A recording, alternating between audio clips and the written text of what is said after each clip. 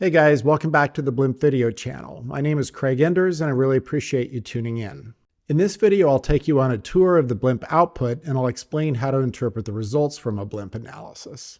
Before we get started, I want to acknowledge the Institute of Educational Sciences for their support and point you to the project's website.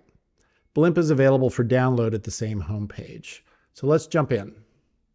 To provide a context, consider an educational intervention targeting math achievement. The multiple regression model shown here features three predictors: a dummy variable coding to experimental conditions, math self-efficacy, and pretest achievement scores. In the path diagram, straight arrows denote regression coefficients, and the curved arrows reflect associations among the predictors. Math self-efficacy and post-test scores have missing data. Let's take a look at the Blimp script for the illustration. I described the Blimp scripting language in a previous video, and the data and the script for this example are available on the project's website. To run the script in the Blimp Studio interface, you click on the blue arrow icon on the toolbar. Running a script creates a paned windowing interface that contains the script and the output. The results in the output window are the focus of this video. The first table you'll encounter at the top of the printout displays computational options and the default prior distributions. The next section of the printout is an important one that displays potential scale reduction factor diagnostics. MCMC converges when posterior or parameter distributions are stable. Practically speaking, this means that parameter estimates oscillate around a stable mean and their variance doesn't change with additional computational cycles. Blimp computes the potential scale reduction factors by comparing parameter distributions from two or more MCMC processes. We have evidence that MCMC is converged when separate chains give estimates with the same mean and spread. The graph on the left depicts a situation where MCMC has yet to converge because the two chains are producing very different parameter values. The graph on the right depicts a situation where MCMC has converged because two chains produce very similar parameters. The PSR has a theoretical minimum of 1, and recommendations from the literature suggest that the value should be less than 1.10 or 1.05. Blimp computes diagnostics for every model parameter 20 times throughout the burn-in period. It displays the highest or worst values in a table. Looking at the bottom row of the table, we see that 10,000 burn-in iterations was more than sufficient because the worst PSR index across all the models was well below a 1.05 threshold. If you look at the bottom row of this table and the value is larger than that, you can just simply increase the length of the burn-in period. The next section of the printout displays information about the data, including the sample size and the missing data rates. The data information section displays the sample size and missing data rates, and the model information table that follows reports the number of estimated parameters, information about which variables are being treated as complete and incomplete, which variables are centered, and then a recap of any models where an outcome variable appears to the left of a tilde in the script. The model fit section is the next major block of output, so let's take a look at that. The first thing in the model fit section is a table of information criteria indices that are useful for comparing models, nested or non-nested. Two versions of these indices are reported, and the literature seems to favor those based on marginal likelihoods. Looking back at the Blimp script, I used the test command to invoke the Bayesian walled chi-square test. The first test command uses a label to evaluate whether a single slope coefficient equals 0, and the second test command evaluates a pair of slopes at the null value. Following the information criteria, the model fit section displays the results of any custom significance tests. Following the information criteria table, the model fit section displays the results of any custom significance tests. In this example, the first test evaluates the experimental condition mean difference. The second test evaluates the joint significance of the two covariates. The tables summarizing the regression model parameters are the most important parts of the output. Blimp prints a summary table for every equation in the model command, and it also summarizes the auto-generated models for the incomplete predictors. I want to walk you through the main table of regression results, but I want to give a little background on the Bayesian framework first.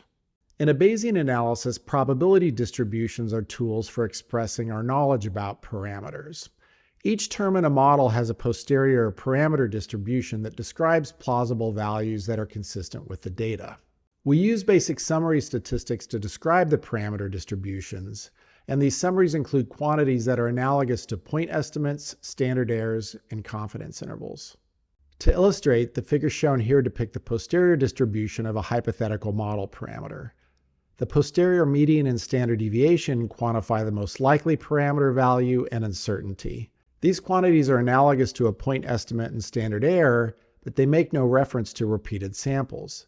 The credible interval gives limits spanning 95% of the parameter's range.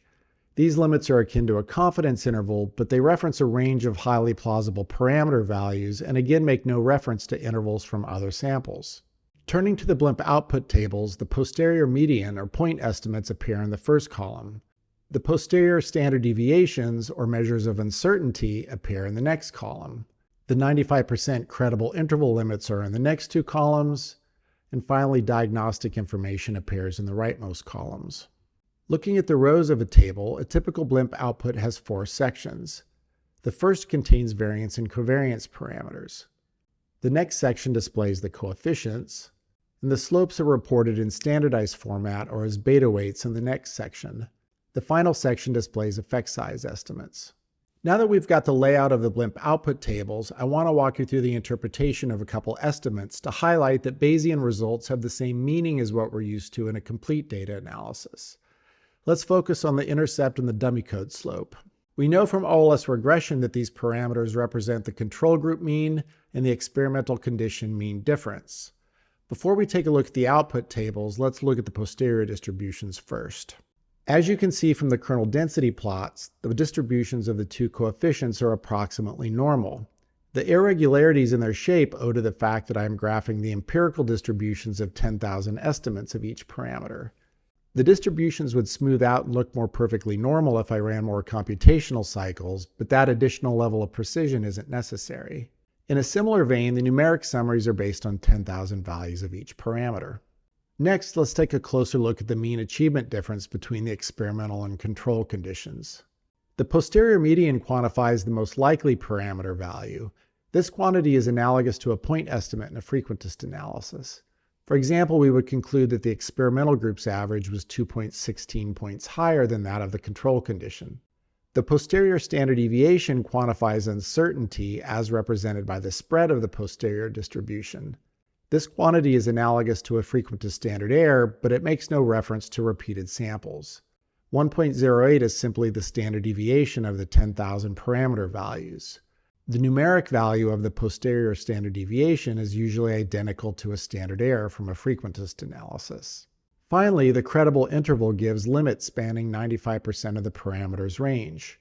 These limits are akin to a confidence interval, but again make no reference to intervals from other hypothetical samples of data. For example, we can simply say that 95% of the parameter values fall between 0.04 and 4.31. We could also conclude that the null value of 0 is unlikely because it falls outside the interval limits. This is akin to declaring an estimate statistically significant at the p less than 0.05 level. You may recall that I specified 10,000 iterations after the initial burn-in period. MCMC produces parameter estimates that are autocorrelated across iterations. The rightmost column of the table, the effective number of MCMC samples, is a diagnostic index that estimates the number of independent parameter values after removing that autocorrelation. The Gelman et al. Bayesian text recommends at least 100 independent MCMC samples per parameter. If you see values close to or smaller than that threshold, you can simply increase the number of post-burn-in parameter values. As I mentioned previously, Blimp also produces summary tables of any auto-generated models for incomplete predictors. The summary tables look exactly like the ones we just looked at, although we wouldn't usually report those results in a manuscript. That concludes the tour of the Blimp output. Certain types of models produce additional estimates that I don't cover here. Examples include multi-level models and models for categorical outcomes, among others. Later videos in the series dive deeper into these more complex models. Thanks again for tuning in, and I hope you check out future videos.